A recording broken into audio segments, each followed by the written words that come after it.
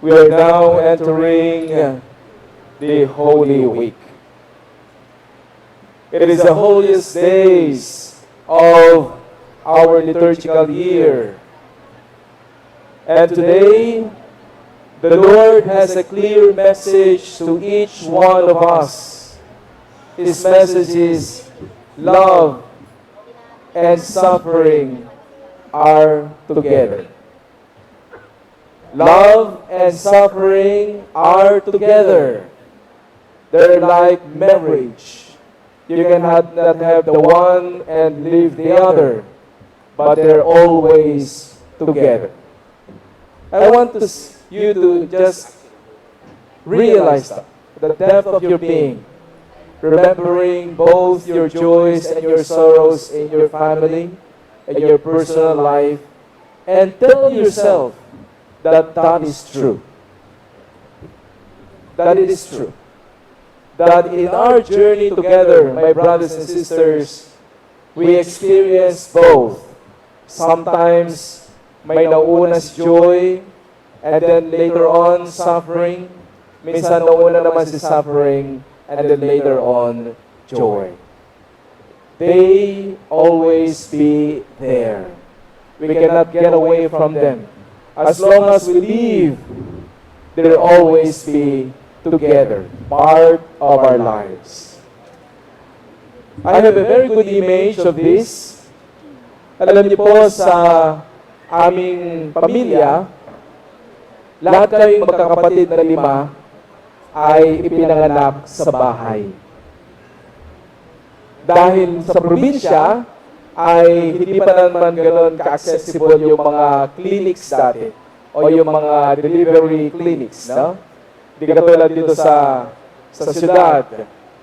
So every time na ang mother ko ay mabuntis, meron kaming isang lolo.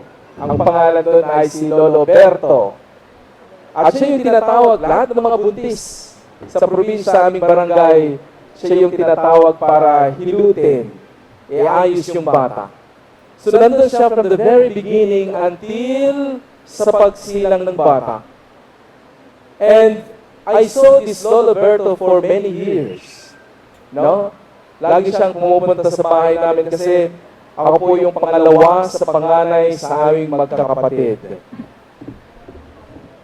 Meron pong isa kong kapatid, which is yung bunso, yung ikakasal ngayong April 19. Siya yung pinanganak na nandun ako. I was there, in the room, with my father, with my mother, and Lolo Berto. And for the whole day, I witnessed kung gaano pala kahirap mag-labor. Minsan ay hindi malaman ng nanay ko kung siya'y uupo, kung siya'y tatayo, kung siya'y hihiga. Kasi of the pain. Pag okay siya, lumalabas yung father ko. Kapag hindi siya okay, sumisigaw siya, tinatawag niya ang father ko. Cledo! Sumasakit na naman! Papasok yung father ko, at I think hinahawakan lang naman yung tiyan. And then later on, okay na siya ulit. And then the moment na lalabas yung bata, di ko alam kung bakit nila ako tinawag. Ang pangalan ko po ay Reynaldo, kaya ang aking palayo sa bahay ay Dong. Dong, halika dito! Halika dito! And then I saw my mom lying on the floor. Si Lolo Berto ay nandun sa kanyang tagiliran. Ang father ko ay nasa kanyang ulunan. Nakahawak yung mom ko sa bewang ng aking father. At meron siyang taklob na kumot. At alam niyo kung saan ako napunta? Sa paanan. Ay sabi sa akin ng tatay ko at saka ni Lolo, sabi niya, Dong, hawakan mo yung tuhod ng nanay mo. Alam niyo, at a very young age, I think I was only 14 during that time. Tinawakan ko yung tuhod ng mother ko. And I saw and I witnessed every details of pain. without anesthesia. No? Pag pinanganak ka sa bahay, there's no anesthesia. The only thing that you do is to endure the pain. To endure the pain. And the moment na lumabas yung bata, natalsikan pa nga ako. Bigla siyang umiyak, no, yung baby. At makikita mo yung relief, yung kanyang ngiti ng nanay ko. At ang tanong niya is, lalaki or babae? Kasi hindi naman uso yung mga ultrasound. Kaya nga, sinasabi nga ng simbahan, ang ultrasound is hindi pinapayagan ng simbahan unless ito ay because of medical condition. But to know your gender of your child is not allowed in the Catholic Church. Hindi pinapayagan ng simbahan because the gift of a child, yung kanyang gender, is a mystery until lumabas siya sa mundong ito.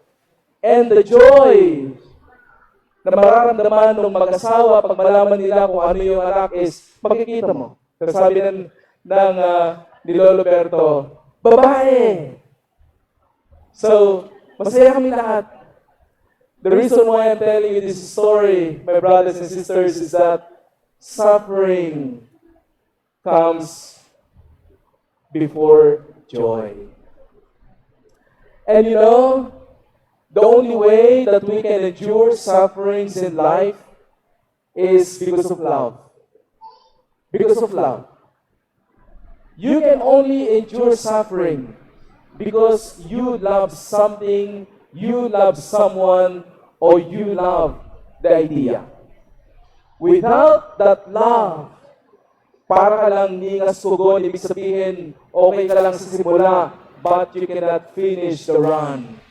No? Marami pong taong ganyan. Magaling sa simula, pero pag nandun na yung sakit, they will stop, they will surrender. But this Holy Week, ang sinasabi po sa atin ng Diyos ngayong Holy Week is, yes, you will see the suffering of my son. Ito yung sinasabi ng ating Diyos Ama. But that suffering only happens because He loves you. He loves you. And the most mysterious way of this love is that He loves you despite that you are His enemies. Ano ibig sabihin nun? Sabi nga ni St. Paul, God loves us even when we are still His enemies. Kasalanan ang bumabalot sa tao. Yan ang kalaban ng Diyos. Pero ang tiningnan ng Diyos ay hindi yung kasalanan, kundi yung pagmamahal na meron siya sa atin. Sana, my brothers and sisters, that as we start this week, ang maramdaman mo sa puso mo is not about hatred. It's not about the pain that Jesus went through. But the reason why He went through this suffering is because His love for you. His love for us. God is our encourager. He is our loving Father. He is our source of inspiration. He is not our enemy. He is not our enemy. That in our being, sa kaibuturan ng puso natin, minsan, hindi lang natin masyadong nararamdaman. But when God shows you how much He loves you, maybe kalahati sa congregation na ito will say, Lord, I cannot deserve that. Lord, I cannot deserve that. That's too much. No, that's too much. Kasi tayo po ay parang nakondisyon. Nakondisyon yung isipan natin na pag may magmamahal sa atin, kailangan nating suklian. Tama ba? Kailangan nating suklian yung kanilang pagmamahal kasi nakakahiya. Nagbigay ka, nakatanggap ka ng regalo nung Pasko. Anong gagawin mo sa susunod na Pasko? Naku, kailangan magbigay din ako kay ganito kasi last year binigyan niya ako ng regalo. Minsan meron pa tayong mga isipin na Nako, ang mahal ng binigay niyang regalo sa akin. Dapat medyo mas mahal din yung aking ibibigay sa kanya. We call that transactional love. We want to repay what we receive. But, my brothers and sisters, have you experienced love without expecting anything in return? Siguro, pag birthday ninyo, bigyan nila kayo ng flowers, ganyan. Para bang, di ba, pag ino-honor tayo, mga mabubuti nating ginagawa, parang we don't really feel comfortable. Lalo na sa harapan ng maraming tao, sinasabi nila yung mga kabutihang ginawa mo sa kanila, we don't feel comfortable. How much more when you receive a greater gift? A greater gift. There are two moments in our lives when we receive gifts, and these are true gifts because of love. One is when we were a child. Nung bata tayo, wala tayong kakayanang ibalik yung pagmamahal ng ating mga magulang. Kahit tayo umiyak, kahit tayo magpupo, wala tayong iniisip na, kailangan maging mabait ako kasi hinugasan ng mama yung aking likuran. Kailangan maging mabait ako kasi umiiyak ako sa gabi. No, we don't have those things. That's the moment when we experience true love. It's not transaction. And second moment, where we experience true love is coming up when you become old, when you become bedridden, when you become just in bed, when someone will come to you and wipe your back. Kapag papakainin nila kayo ng dahan-dahan, pagpainumin nila kayo ng gamot ng dahan-dahan, when you don't have anything to give, doon mo mararamdaman, do I deserve this love? Kaya nga, as much as possible, we want to be in control of our lives. But those are the two moments where we are no longer in control, where others will be the one to show us what is love meant, true love. And Jesus is doing far greater than that. And what is that? His death. His death. That someone already died in your behalf. Death in sin. Ito po yung isipin natin, someone is already died in my behalf. Instead of me, meron nang namatay kesa sa akin. And that is the gift of this Holy Week. God is reminding you, my brothers and sisters, and reminding me that God has already given us the truest sign of His love for us. We just need to believe. No? We just need to believe. Naniniwala ka ba talaga na mahal ka ng Diyos? Na ang kanyang pagmamahal ay hindi lamang sa mga material na bagay, pero ang tunay na pagmamahal ng Diyos ay yung pagtanggap niya sa iyo kahit wala kang maibabalik sa Kanya.